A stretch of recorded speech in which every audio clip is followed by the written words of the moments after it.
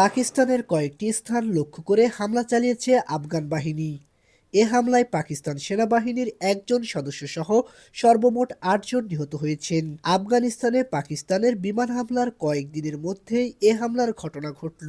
গত মঙ্গলবার আফগানিস্তানে পাকিস্তানের বিমান হামলায় নারী শিশুসহ ৪৬ জন নিরীহ বেসামরিক মানুষের মৃত্যু হয়। তখন হামলার পাল্টা জবাব দেওয়ার ঘোষণা দিয়েছিল তালেবান সরকার। আফগানিস্তানে দীর্ঘ রক্তক্ষয়ী যুদ্ধের মাধ্যমে আশরাফ ঘানিকে হটিয়ে ২০২১ সালে ক্ষমতায় আসে তালেবান শাসন ক্ষমতায় আসায় মনে করা হচ্ছিল পাকিস্তান ও আফগানিস্তান দুদেশের মধ্যে সম্পর্ক আরও মজবুত হবে। কিন্তু সময় গড়ানোর সাথে সাথে বিভিন্ন বিষয় নিয়ে প্রতিবেশী দুই দেশের মধ্যে বিরোধ বাড়তে থাকে। বিশেষ করে পাকিস্তান তালেবান টিটিপিকে কেন্দ্র করে দুদেশের স্বাভাবিক সম্পর্ক বদলে যেতে থাকে।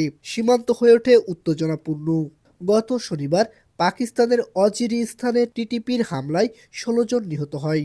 টিটিপির হামলা দুদেশের উত্তেজনাপূর্ণ সম্পর্কে আগুনে ঘি ঢালার মতো কাজ করে। পাল্টা হিসেবে পাকিস্তান সেনাবাহিনী আফগানিস্তানের পূর্ব পাকতিকা প্রদেশে টিটিপির ঘাঁটিকে লক্ষ্য করে বিমান হামলা চালায়। আর এবার তালেবান পাকিস্তানে হামলা চালালো। বার্তা সংস্থা এএফপির সূত্র মতে পাকিস্তানের সঙ্গে সীমান্তের কয়েকটি স্থানে আফগান বাহিনীর সংঘর্ষ হয়েছে। পাকিস্তান সেনাদের হতাহতের খবর পাওয়া গেলেও আফগান সেনাদের হতাহতের কোনো খবর পাওয়া যায়নি। পাকিস্তান আফগানিস্তানের পাল্টা এ হামলার জবাব কিভাবে দেয় সেটিই এখন দেখার বিষয়। S M Rohan, voice of tiger.